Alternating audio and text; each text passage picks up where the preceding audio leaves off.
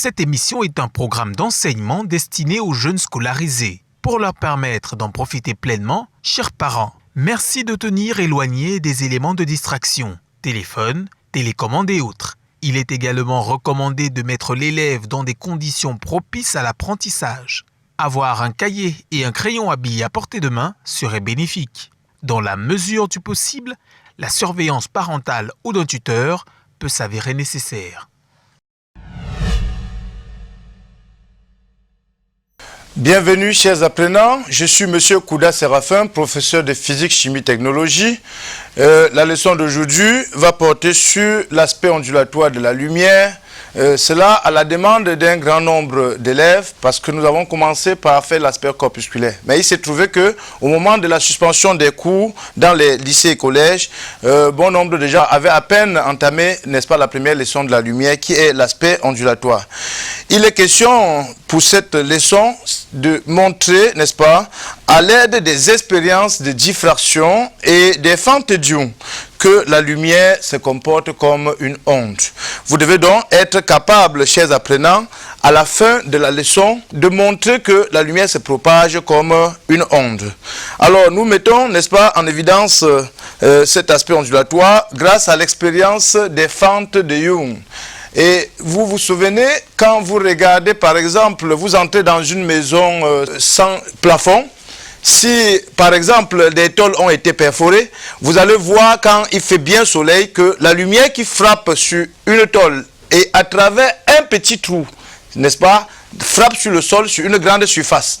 Alors, je prends cet exemple pour vous montrer, n'est-ce pas, ce qu'on appelle la diffraction. La diffraction, donc, c'est donc la dispersion de la lumière quand elle traverse, n'est-ce pas, un orifice de très faible dimension.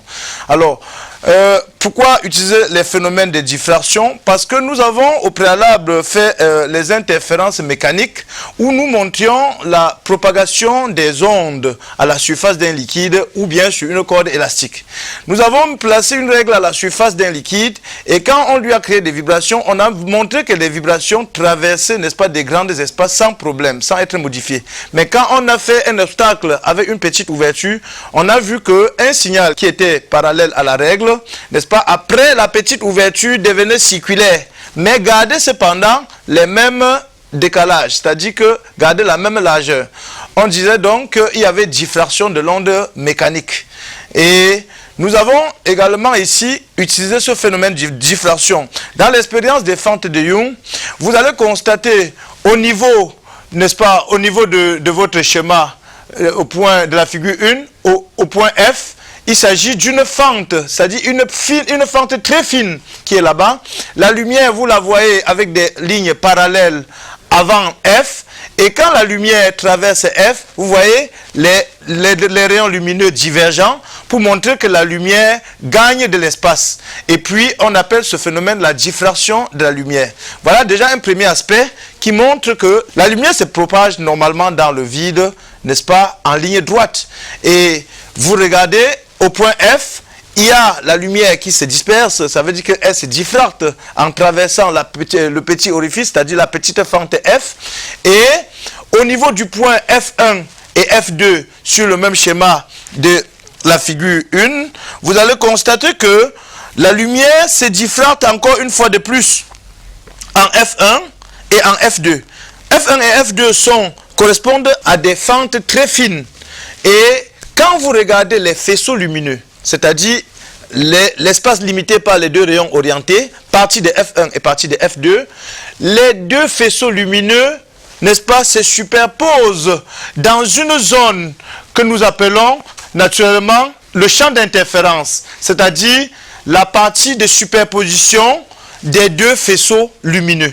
Les deux faisceaux se superposent donc dans le champ d'interférence et au niveau de l'écran, qui nous permet d'intercepter les faisceaux diffractés, nous constatons qu'il y a des bandes, on observe à l'écran une alternance des bandes brillantes et sombres.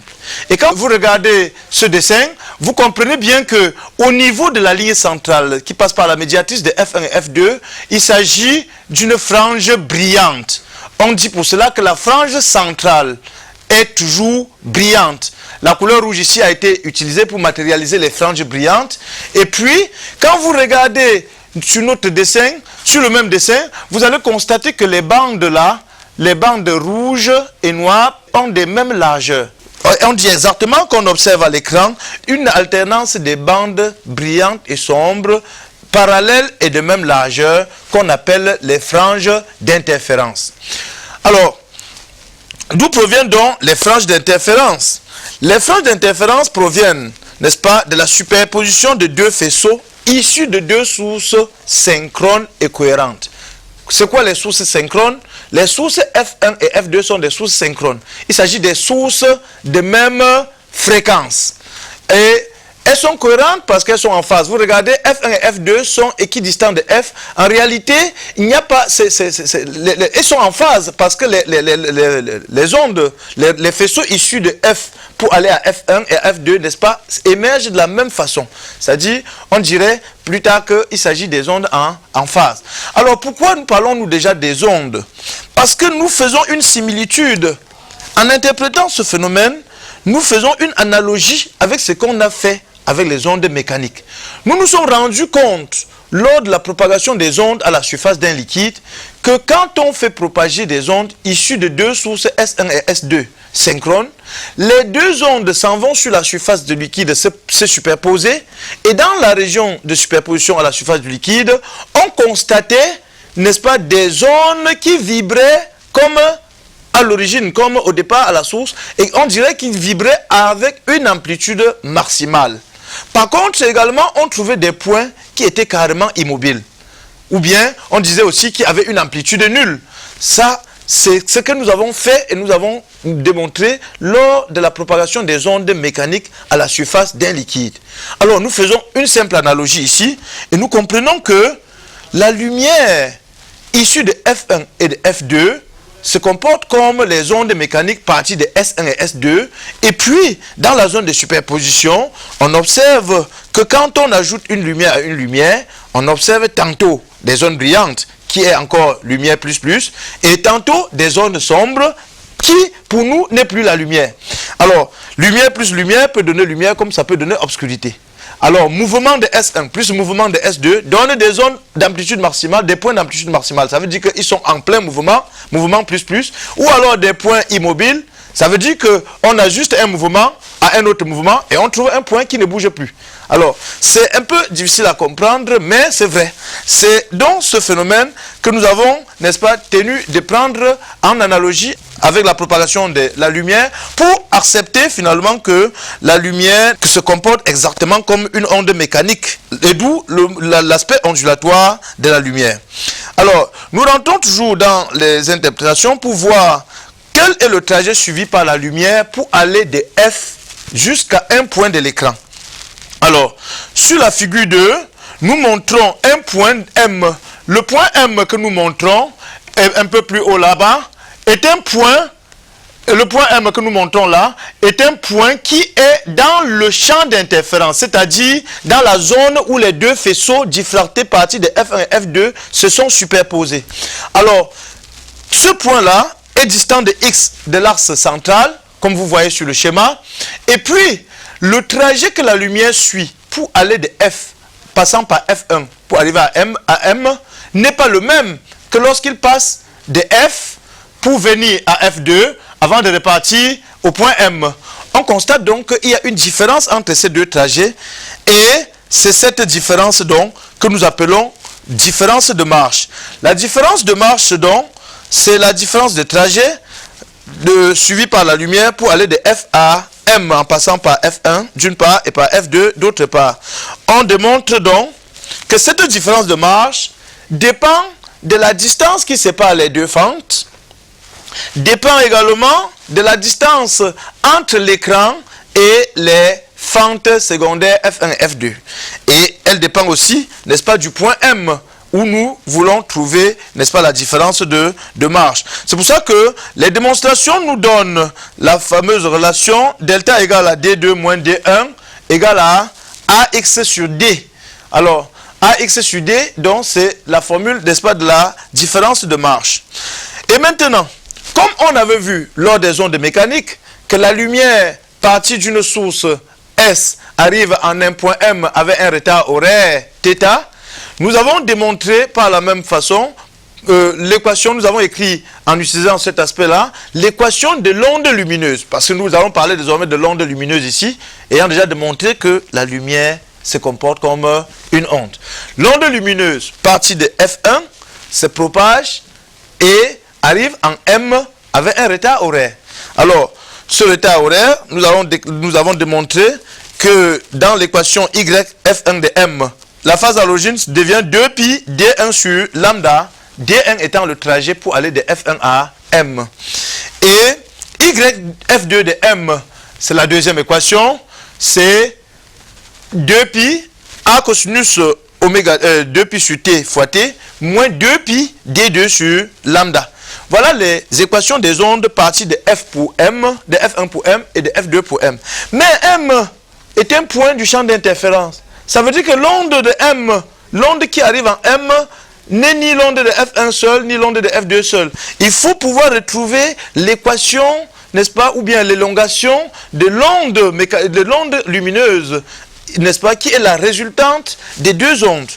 Nous avons appris à écrire cette équation quand on faisait les ondes mécaniques en utilisant la construction de Fresnel.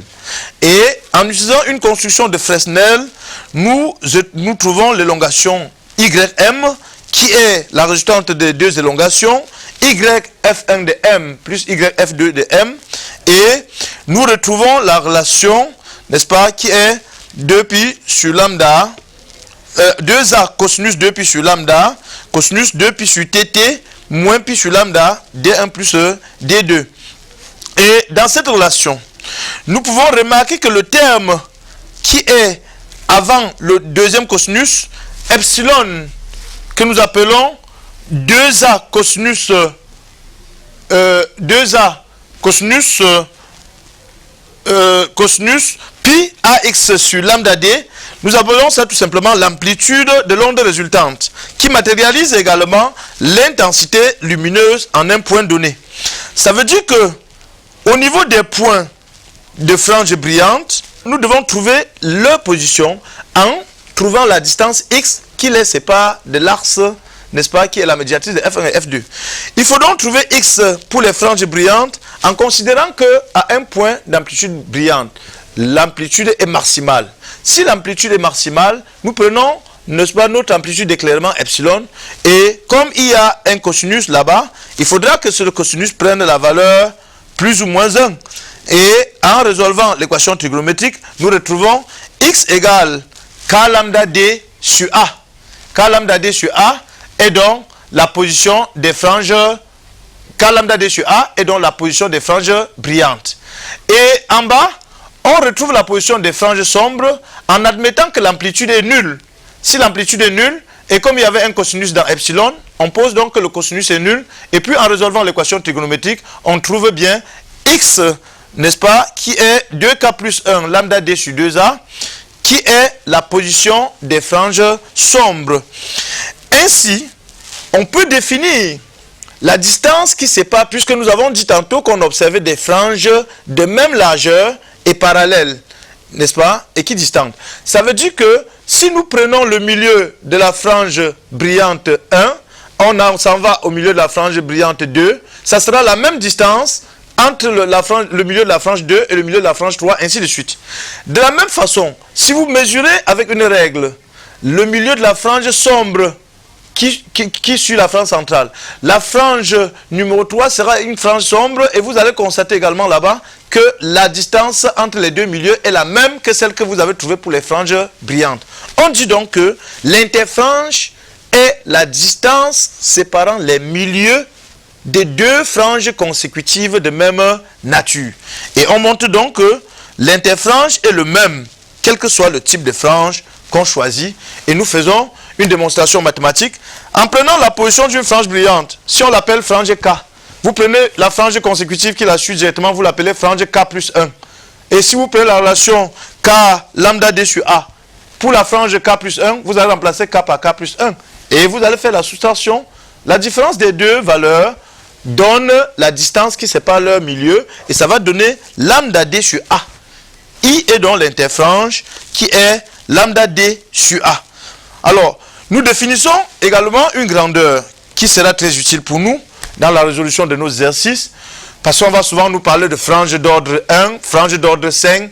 Il faudra savoir, n'est-ce pas, manipuler cette grandeur importante qu'on appelle l'ordre d'interférence. L'ordre d'interférence, c'est cette grandeur P qui est le rapport entre la différence de marche et la longueur d'onde. Quand nous prenons P qui est la différence de marche delta sur la longueur d'onde, on retrouve que pour une frange brillante, l'ordre d'interférence donne un nombre entier K. Et par contre, pour une frange sombre, le P nous donne un nombre demi-impair. Donc, nous aurons toujours l'ordre d'interférence qui sera toujours 3 demi, 5 demi, c'est-à-dire la première frange sombre sera d'ordre 1 demi, la deuxième sera d'ordre 3 demi, la troisième sera d'ordre 5 demi, ainsi de suite. Par contre, la frange centrale va prendre une valeur entière. La frange centrale qui est la toute première, alors ce sera K égale à 0. Et la frange centrale qui va la suivre d'un côté sera K égale à 1, K égale à 2, ainsi de suite. Et dans le sens inverse, vous aurez un nombre entier. C'est pour ça que K est une grandeur appartenant à Z. Et vous pouvez trouver K égale à moins 1 pour une frange brillante de l'autre côté. Alors maintenant, nous avons travaillé en utilisant une source lumineuse qui émettait une lumière à une seule longueur d'onde lambda. On dit qu'on a utilisé une lumière monochromatique. Vous comprenez donc une lumière monochromatique, c'est une lumière qui a une seule couleur, puisque en termes, dans l'étude des lumières, chaque lumière a une couleur et une longueur d'onde. Et si nous utilisons une lumière à une seule longueur d'onde, ça veut dire que nous avons utilisé une lumière à une seule couleur. Alors, maintenant, nous remarquons que en utilisant plusieurs lumières, il y a un phénomène, il y a quelque chose qui va se passer. Si nous utilisons une lumière polychromatique, ça veut dire une lumière à plusieurs longueurs d'onde, ça veut dire que la lumière aura plusieurs couleurs. Alors, puisque quand on avait une lumière monochromatique, ça présentait un système de franges avec les franges brillantes qui ont la couleur de la lumière utilisée. Ça veut dire exactement que chacune des lumières polychromatiques va donner aussi son propre système de franges, ces franges ayant sa couleur. On aura donc une superposition de plusieurs systèmes de franges à l'écran. Mais nous avons vu que l'interfrange I dépend de la longueur d'onde de la lumière utilisée. Cela veut dire que si vous faites I égale à lambda D sur A, plus le lambda est grand, plus le I est grand. Ça veut dire que les lumières de plus grande longueur d'onde auront aussi les plus grands interfranges, c'est-à-dire les bandes, les franges de plus grande largeur. On aura donc ce phénomène sur l'écran où on aura des franges multicolorées, superposées les unes sur les autres, avec des décalages. Il y aura donc des décalages puisque les franges n'ont pas les mêmes largeurs. Mais à un certain moment donné, la frange centrale, vous savez, elle est toujours brillante puisque ça sera toujours la superposition de deux franges centrales brillantes. Maintenant, progressivement, en décalant, vous aurez affaire à des franges multicolorées et décalées progressivement. Et à un certain niveau, à un certain X donné, par rapport à l'axe central, vous aurez encore une superposition, un peu comme à l'axe central. On parlera donc de coïncidence. Autrement dit, la frange brillante de la lumière 1 va se superposer encore à la frange brillante de la lumière 2. Ainsi de suite, on parlera du phénomène de coïncidence. Alors, comment faire pour trouver le lieu des coïncidences? Pour trouver le lieu de coïncidence, il est facile de savoir la position des franges brillantes X, qui est K lambda D sur chaque frange, pour chaque lumière. Donc, pour nous, il suffit de dire que quand on est à la même position, on a les mêmes abscisses. Autrement dit, à la même distance de l'axe central. Ça veut dire que le X des franges brillantes de la première lumière seront superposées au X des franges brillantes de la deuxième lumière. Et dans ce cas, on aura donc K lambda 1, puisque c'est K lambda D sur A. Les D sur A, on a le même dispositif expérimental. Les D sur A étant les mêmes, on aura donc K1 lambda 1 pour la première lumière égale à K2 lambda 2. Et quand vous allez faire ce rapport, vous faites aussi le rapport K1 sur K2. Vous trouverez donc un rapport lambda 2 sur lambda 1 et vous allez trouver un rapport de K1 sur K2. Ça peut vous donner par exemple 5 demi, Ça veut dire que chaque fois que K1 est 5, K2 sera 2 et on aura une coïncidence. Ça peut vous donner 3,5. Ça veut dire que la frange d'ordre K1 sera numéro 3, lorsque la frange brillante d'ordre K2 sera numéro 2. Et là, il y aura coïncidence. Autrement dit, pour répondre où il y aura coïncidence, on dira tout simplement que la frange brillante d'ordre 3 coïncide avec la frange brillante d'ordre 2, n'est-ce pas, au point X égale à K1, lambda 1 sur D1. Donc, à ce moment, vous trouvez, n'est-ce pas, le point où il y a coïncidence. Un autre aspect maintenant, c'est quand vous utilisez une lumière blanche. Alors, quand vous utilisez une lumière blanche, c'est quoi la lumière blanche? La lumière qui est constituée des 8 couleurs de l'arc-en-ciel. Ça veut dire qu'elle a plusieurs 8 couleurs. Les couleurs de l'arc-en-ciel, le rouge, le violet, le bleu, le jaune, jusqu'à ça dit que l'indigo. Et quand toutes ces lumières se superposent, qu'est-ce qu'on observe? Ça dit qu'on va observer un blanc qui sera grisâtre. À un certain moment, ça sera un peu gris, un blanc grisâtre qu'on va appeler le blanc d'ordre supérieur. Et si on fait traverser cette lumière sur un spectroscope, le spectroscope c'est un prisme qui permet de disperser la lumière, on verra également des cannelures, on va voir des bandes noires. Et les bandes noires là correspondront, n'est-ce pas, aux radiations éteintes. Alors que les bandes claires correspondront, n'est-ce pas, au point où il y a interférence constructive, c'est-à-dire les bandes brillantes. Pour chercher les points des cannelures, il suffit seulement d'utiliser la position des franges obscures 2K plus 1 lambda D sur DA et vous intégrez, vous encadrez le lambda entre 0,4 et 0,8 qui est l'intervalle des longueurs d'onde du visible. La lumière blanche, c'est la lumière visible. Alors, si vous avez la relation qui donne les franges obscures, x égale à 2k plus 1 lambda sur 2, vous tirez lambda et vous l'encadrez. Et après cet encadrement, vous trouvez, n'est-ce pas, toutes les positions des franges obscures. Voilà, nous allons continuer tout à l'heure après une petite pause.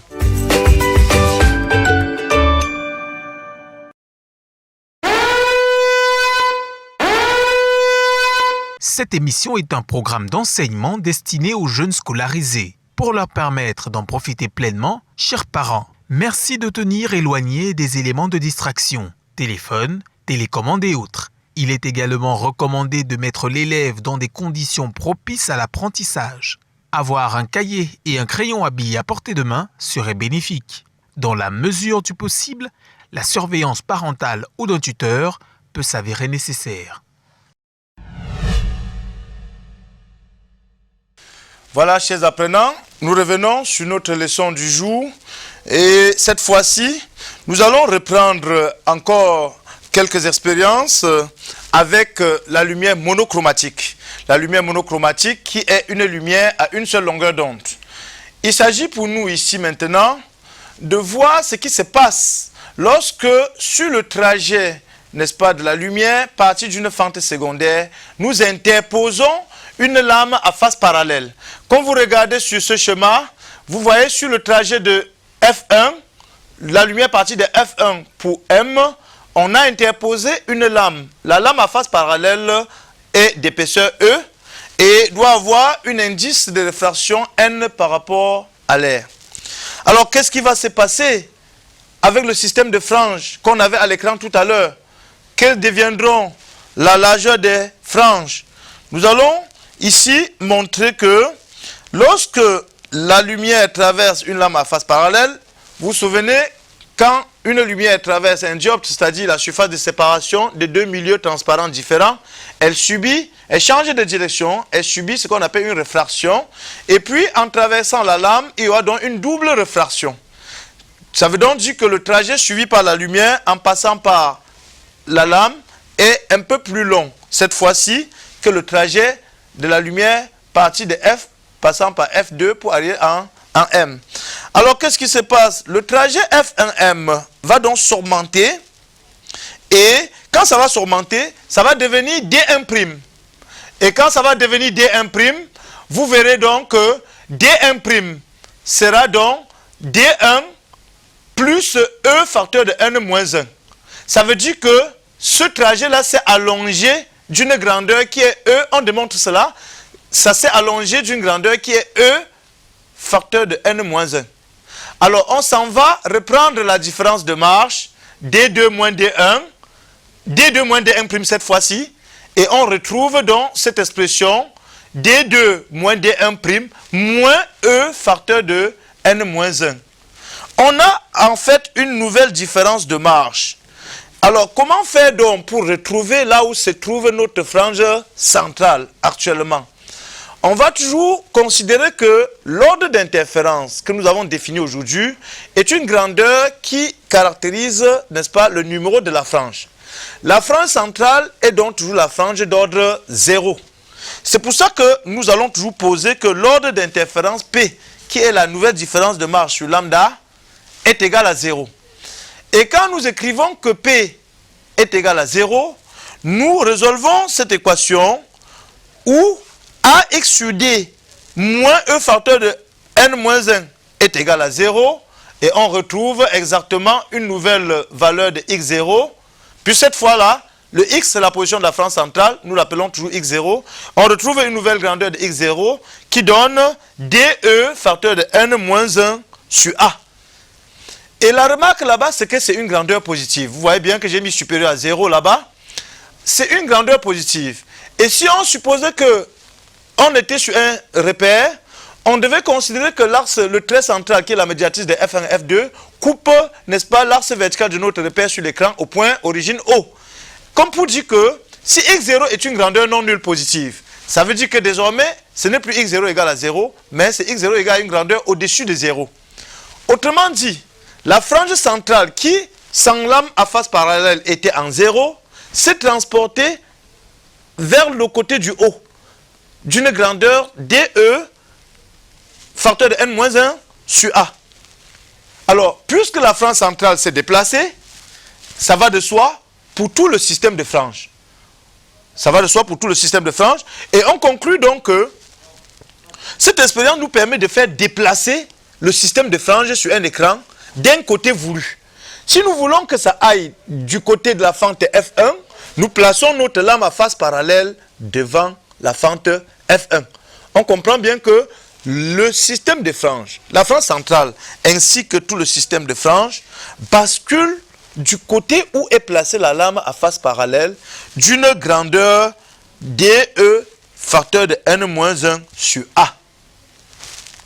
La deuxième expérience consiste à voir ce qui se passe quand vous déplacez la figure qui suit en bas. Voilà, la voilà.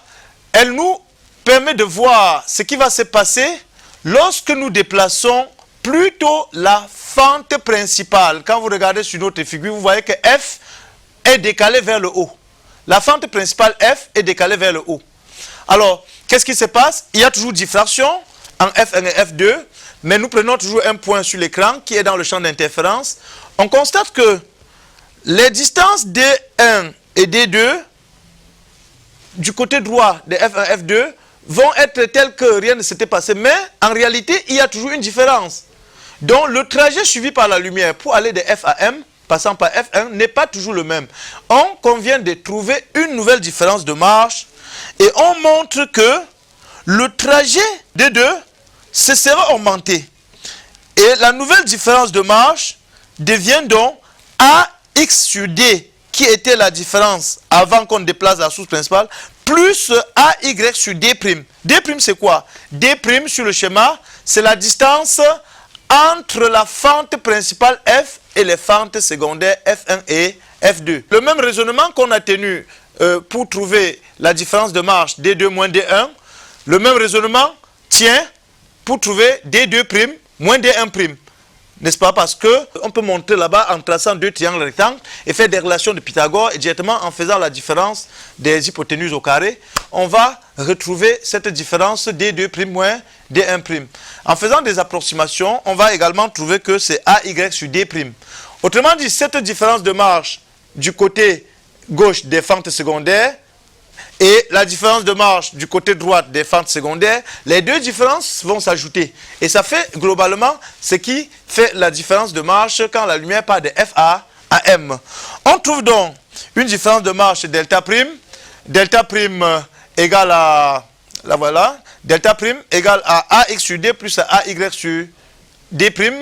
Et puis, avec le même raisonnement que précédemment, nous voulons chercher où est partie la frange centrale qui tout à l'heure était à x égale à 0. Le raisonnement consiste à poser toujours que c'est la frange d'ordre 0, la frange centrale. On écrit toujours P égale à 0 et en faisant delta prime sur lambda, qui est le nouvel ordre d'interférence pour la frange, pour le système, P delta prime sur lambda égale à 0 pour la frange centrale, on retrouve un nouveau x0.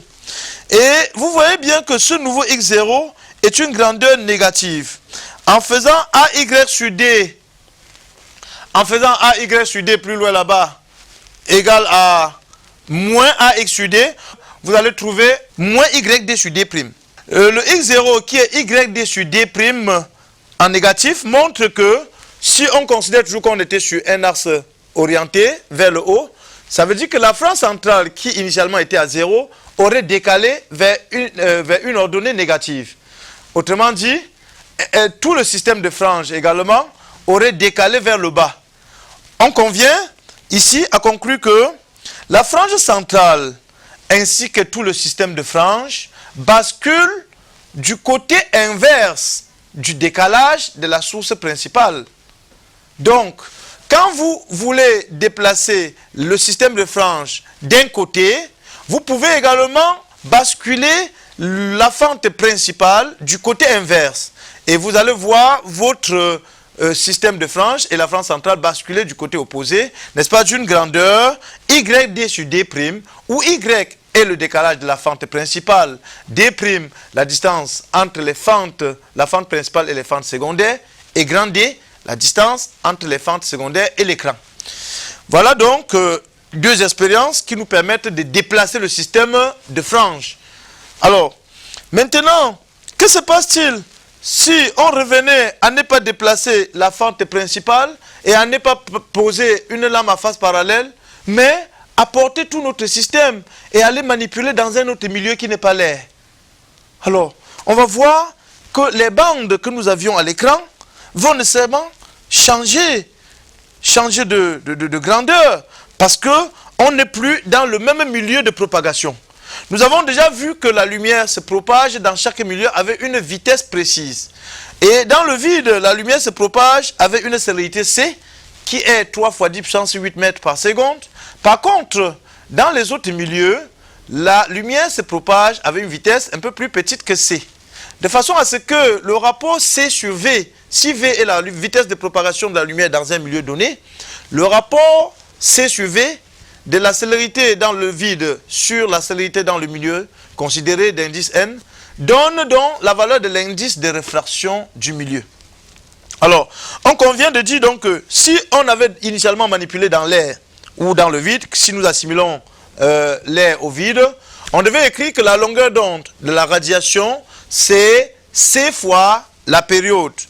Et si on avait manipulé dans le milieu d'indice n, on devait considérer que la vitesse là-bas c'est V et que la longueur d'onde là-bas devrait être V fois la période. En faisant un rapport de longueur d'onde, on convient de trouver que le rapport lambda 1 sur lambda 2 nous donne, n'est-ce pas, le rapport des vitesses C sur V. Lambda 1 sur lambda 2 qui donne C sur V va nous donner l'indice de réfraction, n'est-ce pas, du deuxième milieu par rapport à l'air. D'où la relation lambda 1 est égal à n lambda 2. Vous retrouvez donc la relation entre la longueur d'onde dans le milieu, dans l'air et la longueur d'onde dans le milieu d'indice n. Et il y va de soi, puisque nous connaissons la relation qui nous donne l'interfrange en fonction de lambda, on peut également remplacer chaque lambda en fonction de sa valeur. Si nous connaissons que I est égal à lambda D sur A, ça veut dire que lambda est égal à IA sur D. Et puis, en remplaçant les lambda par leur valeur en fonction de I, on retrouve également une relation entre les interfranges. C'est cette relation qui donne I1 égale à N, I2. La dernière relation que vous voyez, I1 égale à N, I2, montre que si nous plongeons le milieu expérimental dans un autre milieu d'indice N, l'interfrange change et on peut trouver I2 dans le deuxième milieu qui est I1 sur N. Autrement dit, les franges deviennent plus petites quand I1 sur N sera plus faible que I2. Une autre expérience consiste à croire que l'écran peut être incliné. si nous inclinons l'écran d'un angle alpha, que devient le système de frange? Alors, ça veut dire que la largeur d'une frange ne peut plus être la même que si elle était verticale, si j'ai un écran vertical. La frange se retrouve maintenant sur un écran oblique et nous prenons comme OB la bande d'une frange, la largeur d'une frange que nous appelons I. Et nous prenons comme OH sur le schéma, vous allez voir OH vertical et OB oblique, et nous allons écrire une relation trigonométrique tout simplement entre OH et OB. On coupe là pour faire un petit triangle rectangle, et vous voyez bien que la relation nous permet de trouver que le cosinus de l'angle de déviation alpha, le cosinus de l'angle d'inclinaison, le cos de alpha, est donc égal à OH sur OB. Autrement dit, c'est encore égal à I0 sur I. Si cos alpha égale à I0 sur I, ça nous permet plus loin de trouver plus loin là-bas que I est égal à I0 sur cos alpha. Pour dire que I0, I devient plus grand puisque le cosinus de alpha c'est entre 0 et 1. Ça veut dire que I0 sur cos alpha devient un peu plus grand. Donc, la largeur I de la frange est un peu plus grande que I0 quand l'écran est vertical. Cette expérience nous permet de trouver, n'est-ce pas, la largeur des franges quand on a incliné l'écran d'un angle alpha donné. Voilà, n'est-ce pas, ce que nous avons cru utile de vous expliquer encore, n'est-ce pas, dans ce chapitre des ondes lumineuses ou alors de l'aspect ondulatoire de la lumière, pour que vous puissiez, n'est-ce pas, vous en sortir dans l'exercice. Parce que nous nous sommes rendus compte que chaque fois qu'on dit qu'on a plongé le système de Young dans un autre milieu, ou bien qu'on a incliné l'écran d'un angle alpha, et puis vous vous égarez, alors que c'est facile tout simplement de faire des considérations géométriques et d'utiliser, n'est-ce pas, le savoir que vous avez eu quand le système était dans l'air avec la lumière monochromatique. Nous avons trouvé utile pour fixer les connaissances parce qu'il est toujours utile de vous faire un exercice pour vous donner le canevas ou bien pour vous donner la technique et les méthodes, n'est-ce pas, pour aborder les autres exercices. C'est pour ça que nous avons jugé utile de faire à la suite de ce cours, de mettre un exercice d'application où l'écran est d'abord vertical et ensuite où l'écran est incliné, ainsi de suite. Dans cet exercice, on précise que deux fentes F1 et F2 réalisées dans une plaque opaque, n'est-ce pas, sont séparées d'une distance alpha, d'une distance A. C'est A 1 mm, c'est la distance qui sépare F1 et F2. Alors, elles sont éclairées, n'est-ce pas, par une lumière monochromatique de longueur d'onde lambda, et on demande de décrire, n'est-ce pas, ce qui se produit sur l'écran, et puis de représenter l'aspect de l'écran en vue de face. Et deuxièmement, on nous demande de déterminer en micromètres la longueur d'onde, sachant que la distance entre la frange brillante centrale et la frange brillante d'ordre 9 est 12 mm. On nous demande également, n'est-ce pas, de travailler dans le cas où on a roté, n'est-ce pas, on a roté l'écran. Et puis, quand on a roté l'écran d'un angle alpha, on nous demande ce qui se passe et on nous demande de calculer la nouvelle valeur de l'interfrange I'. Ça émane de ce que nous avons expliqué à la fin de la leçon. Et puis, on remet en système vertical, puis on place devant F1 une lame à face parallèle, on donne l'épaisseur et l'indice, et puis on nous demande d'établir l'expression de la nouvelle différence de marge. Maintenant, on demande de déduire la position de la frange centrale, puis l'effet d'une lame à face parallèle sur le système initial, afin de déterminer la nature de la frange qui occupe le centre haut de l'écran. Donc, ça dit, ici, à la fin, c'est une question, une manipulation que vous devez savoir, parce que quand on met une lame à face parallèle, quand la frange qui était centrale est partie à une autre position, il y a une autre qui occupe sa position. Alors ici, nous avons trouvé de mettre cet exercice pour que vous cherchiez à travailler cela pour vous roder et comprendre que si c'est parti, une autre frange vient là-bas et vous devez trouver le numéro de cette frange ou bien son ordre et donner même sa nature. Voilà. Alors, à ce moment, nous allons entrer dans la correction de cet exercice pour dire que, naturellement, on a déjà décrit dans le cours, on observe à l'écran en temps réel une alternance de bandes sombres ou franges obscures et de bandes brillantes qui sont, n'est-ce pas, parallèles et de même largeur. Alors maintenant, on veut déterminer la longueur d'onde Alors, on dit entre la frange d'ordre 0 et la frange d'ordre 9. C'est ce que l'exercice a dit. Alors, on a dit déterminer en micromètres la valeur de la longueur d'onde lambda, sachant que la distance entre la frange brillante centrale et la frange brillante d'ordre 9 est 12. Autrement dit, vous prenez la frange d'ordre 0, P égale à 0, vous prenez la frange d'ordre 9, et vous comptez, vous allez voir exactement que c'est 9 interfranges. C'est pour ça que la résolution nous montre que D est égal à 9I, et en remplaçant I par sa formule que vous connaissez, lambda D sur A, vous allez tirer la longueur d'onde que vous convertissez en micromètres. Ça nous donne 0,6 micromètres. Et ensuite, quand l'écran est incliné, on a demandé ce qu'on observe. Nous avons expliqué tout à l'heure qu'on observe, n'est-ce pas, une modification de la largeur des franges. Les franges vont, n'est-ce pas, avoir une plus grande largeur, puisqu'elles seront maintenant sur une ligne oblique. On observe une modification de la largeur des franges. Et puis, quand vous y arrivez, vous comprenez que les franges sur un écran oblique deviennent un peu plus larges que les franges sur un écran vertical.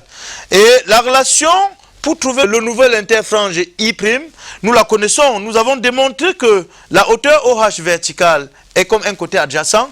Et en le divisant par OB oblique, on trouvait le cosinus de l'angle d'inclinaison. Ça nous permettait de trouver I'.